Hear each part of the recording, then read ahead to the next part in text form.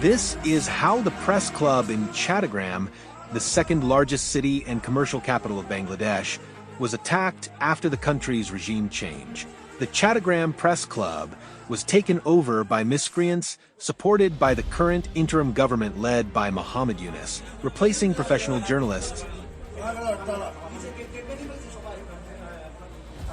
The same incident also occurred in Rajshahi, the main city in the northern part of the country. The Rajshahi Press Club was forcibly entered and professional journalists were beaten out and taken over. In addition to big cities like Chattogram or Rajshahi, the press club was also taken over in the small city like Kiragram. In just 120 days since August 5th, government-backed groups, including followers of the so-called anti-discrimination student movement, BNP, Jamaat-e-Islami, and Hafazat-e-Islam have taken over press clubs in more than half of the country's cities. In most cases, these incidents have been carried out through mob violence. Although the current interim government claims these are isolated incidents, the process of taking over the press club began in the capital Dhaka through the anti-discrimination student movement known as the Government Student Wing. They gave a long list of professional journalists to the National Press Club and instructed them to be expelled from the club. Surprisingly, all of them were expelled from the National Press Club. Even the president and general secretary of the elected committee of the National Press Club were forcibly removed with the patronage of the government and placed under the leadership chosen by them. You have seized power in the press club, which is illegal. Now that you are doing it, nothing illegal will become legal. Who have you made members of the press club? Are they journalists? Journalists say that the profession has been thrown into a frightening environment by indiscriminately occupying the press clubs and expelling professional journalists. Journalists allege that the current government has created this situation in a well-planned way to control the media and force them into self-censorship. While investigating this report, we found at least 50 journalists outside the capital Dhaka who have been forcibly dismissed from their organizations. Many have been subjected to mob violence. Almost all of them have had false police cases filed against them. They have fled to different parts of the country to save their lives. The situation is so alarming that none of them have agreed to speak publicly about it. We found one who worked as a correspondent for a television channel in a southern district of the country. After August 5th, he was verbally informed by his organization that he had been dismissed. He asked for a written order, but it was not given to him. Later, a police case was filed against him. He is now on the run. Despite all these setbacks, a frightening environment has been created for those who are somehow surviving and working.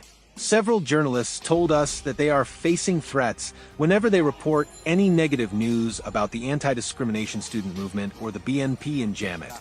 Journalists are resorting to self-censorship to escape the situation of being branded as fascist allies or foreign agents and inciting mob violence on social media. In the capital, Dhaka, government supporters have been appointed to important positions in most media houses. Senior journalists have been arrested. False murder cases have been filed against 140 journalists. The government has canceled the accreditation cards of 167 journalists in 3 phases without giving any explanation. Why were the accreditation cards of these journalists cancelled? What are the rules for accreditation cards? Giving this card means that the state recognizes a journalist's profession. All those whose cards were cancelled are journalists. Why did the government deny them? We talk so much about the previous Awami League government. But during their tenure, the accreditation cards of journalists were not cancelled in such a large scale. Several journalists have already been forced to leave the country. Various organizations outside the country have also raised questions about the extent to which the free environment for journalism is being maintained in such a frightening situation. But the government led by Muhammad Yunus is not seen taking any action on these issues. On the contrary, journalists are complaining that a young advisor is deciding against whom journalists should take action from a special building in the Gargan area of Dhaka. Even what can or cannot be broadcast is being decided under his leadership. Since the government has no fixed deadline, it has now become overly dependent on radical Islamists to remain in power. This radical group is attacking the independent media one after another in full swing. Recently, four major newspaper offices in Bangladesh have been threatened with siege. The offices of two top newspapers had been besieged by radical Islamists. Due to these frightening circumstances, the media in Bangladesh has been forced to resort to unprecedented self-censorship. Despite repeated assurances from the government, no practical steps have been seen in their work. The recent incidents of minority oppression have shown strong self-censorship by the media. Incidents such as the beating and injuring of minority leader Chimon Krishna Das lawyer, or threats to prevent any lawyer from appearing on his behalf in court are absent from the Bangladeshi media.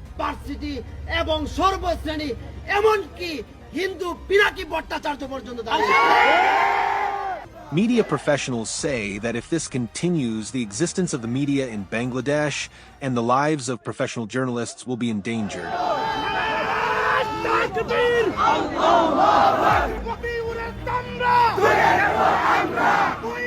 Boycott!